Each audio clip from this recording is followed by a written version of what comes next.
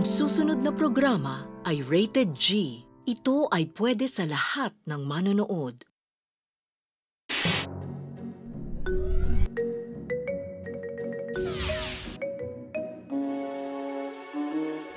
Ano ang pinapanis upang magkaroon ng hugis at sumarap ng labis? Anong ginagawa natin dito? Ang bango! Ano yun?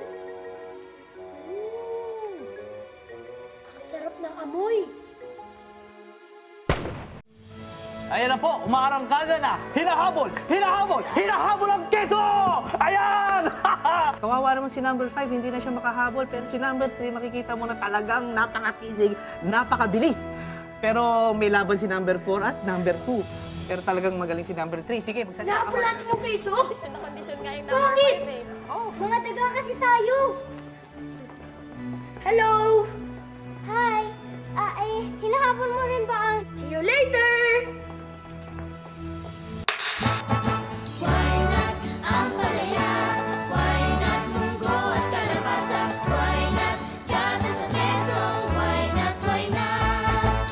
Why not ang palaya? Why not munggo at kalabasa? Why not gatas at keso? Why not, why not? Why not, why not? Why not, why not? Why not, why not? Why not? Why not?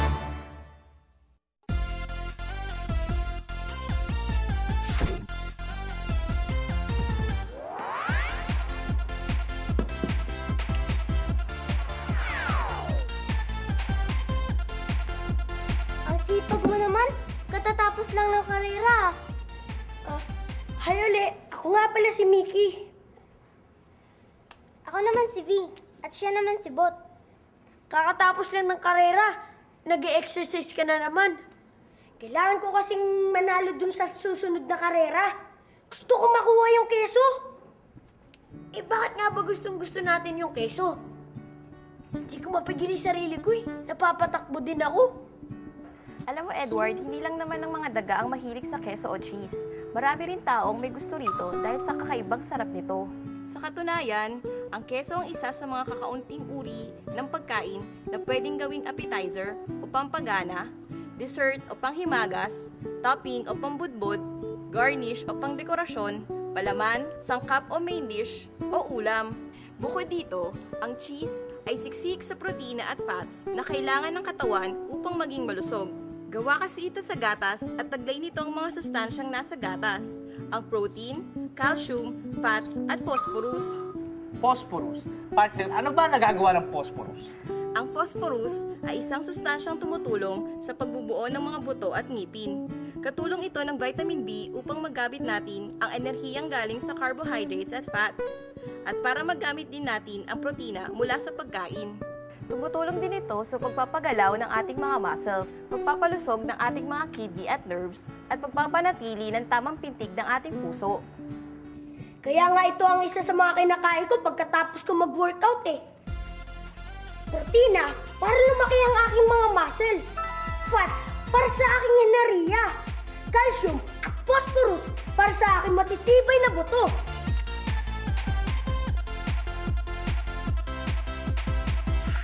Ano nga ba ang keso? At saan galing ito? Ang keso ay namuong gatas.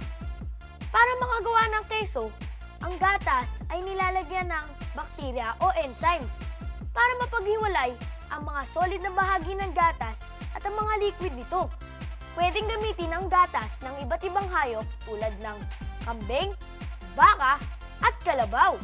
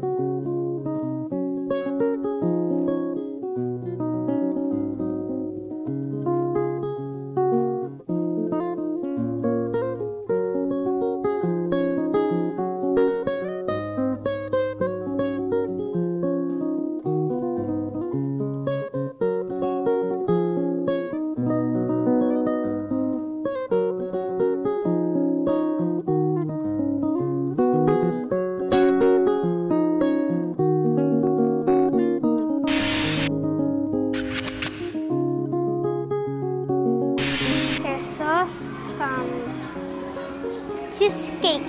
Cheese bread. Ensaymada. Pizza po. Spanish bread. Pinapay po. Spaghetti po. Ano yun? Bakit di na mabango tulad ng kahapon? Parang nabulok na ba ang keso? Hindi bulok yan. Yan talaga ang amoy ng ibang keso. Ibang keso? Naku, daan-daang klase ng keso meron sa iba't ibang bansa sa buong mundo. Iba-iba ang kulay, kinis, lasa, mga sangkap at pabalat ng mga ito. Iba't iba rin ang paraan ng paggawa at iba't iba rin ang klase ng hayop na pinagmumula ng gatas na ginagawang keso. Sa Pilipinas, ang mga karaniwang keso na nakikita natin sa pamilihan ay ang cheddar, parmesan, queso de bola, mozzarella, cream cheese at cottage cheese tulad ng kesong puti. Ang keso ay maaaring ituring na magandang alternatibo sa gatas dahil taglay nito ang mga sustansya sa gatas. Pero mas matagal ito bago masira kaysa sa gatas. Ang keso ay mas tumatagal sa refrigerator kaysa sa gatas at ang iba'y hindi nabubulok kahit hindi ilagay sa ref ng mahabang panahon. Pero tandaan, kahit masustansya ang keso, hindi rin dapat sobra-sobra ang pagkain nito. Tama ka dyan, partner. Tatandaan ko yan.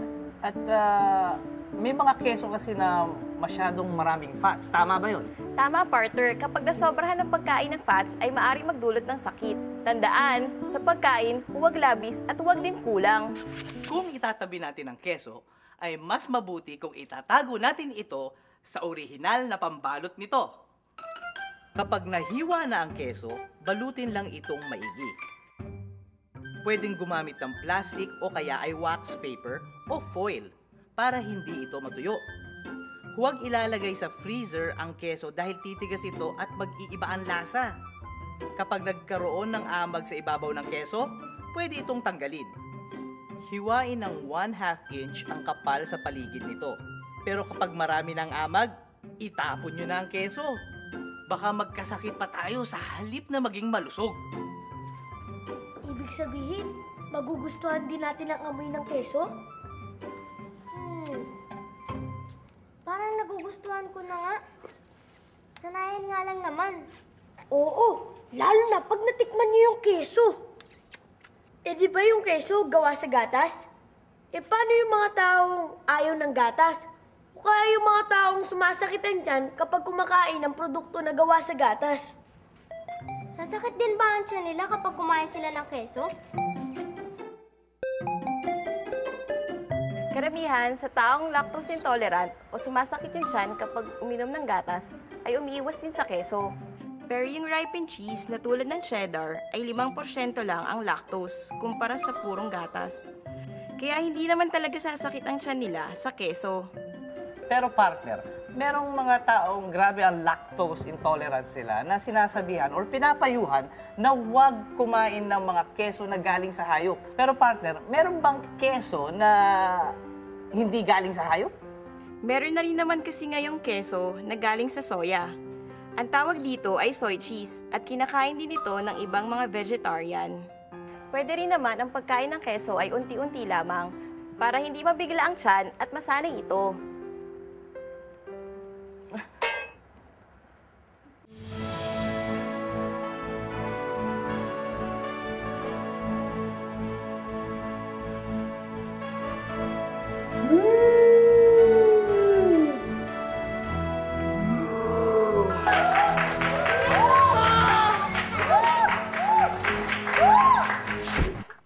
Nasubukan nyo na bang kumain ng kesong puti kasabay ng mainit na pandesal?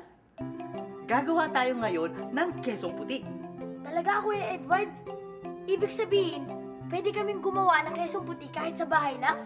Oo, madali lang gumawa ng kesong puti. At ang gagamitin natin ay ang gatas ng kalabaw. Ang sarap, di ba? Eh, paano po magiging keso ang gatas ng kalabaw? Di po ba lalagyan ng bakterya o enzymes? Sa pagkakataong ito, ang enzymes ay manggagaling sa suka. Yung iba naman ay gumagamit ng rennet o renin sa paggawa ng keso.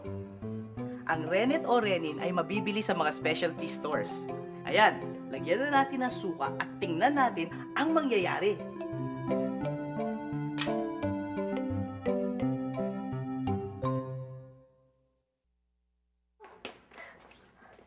Namumuna ang gatas! Tama! Di ba sa paggawa ng keso, inihihiwalay ang buong bahagi ng gatas sa likitong bahagi nito? Kaya ayan, para mas mapaghiwalay natin, gagamit tayo ng telang katsa. Para mas magkalasa, dadagdagan naman natin ang asin. Depende na sa inyo ang timpla. Ang ibang gumagawa ng keso, may kanya-kanyang mga pampalasang nilalagay. Kanya-kanyang recipe. Tapos na po ba ang kesong puti, Kuya Edward? Oo, ito na ang ating kesong puti. At eto na ang ating mainit na pandesal.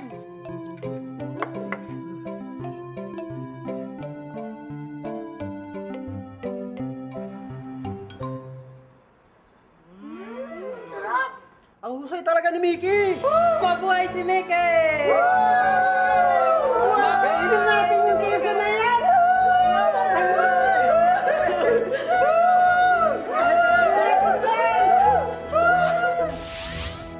O ano, masarap ba?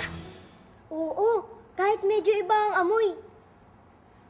Oh, paano Mickey? Bukas ulit? Naku, sorry bot. V, aalis na kasi ako bukas eh. Aalis? Oo, sasali ako sa ibang karera. Kasi napanalunan ko na ang keso. Siyempre, hindi naman pwedeng araw-araw keso ng keso ang ating kakainin. Dapat kumain tayo ng sari-sari masusustansyang pagkain araw-araw. Yang daan tungo sa kalusugan. Alam mo rin ha? Marunong ba kayong gumawa ng pandi pizza? Mahalagang sangkap dito ang keso. Pwede niyong gamitin ang tirang pandesal o loaf bread na hindi naubos sa almusal. Hatiin ito, lagyan ng tomato sauce o pizza sauce at keso. Pwedeng slice ang keso at pwede rin namang grated. Tapos, pwedeng lagyan ng sari-saring sangkap o kaya sari-saring gulay tulad ng mushroom, kamatis, o kaya yung mga tirang ulam gaya ng giniling na karne, ham, sardinas, tuna, o kaya prutas gaya ng pinya. Tandaan, mas maraming sustansya kapag mas marami ang toppings. Ilagay sa oven toaster at ayos na! Ang daming pwedeng gawin, di ba? O ano, Bot? Panalo tayo dito? Oo ba? Kesong puti ang premyo. Nagustuhan ko kasi yun sa bahay nila Mickey. Tayo na!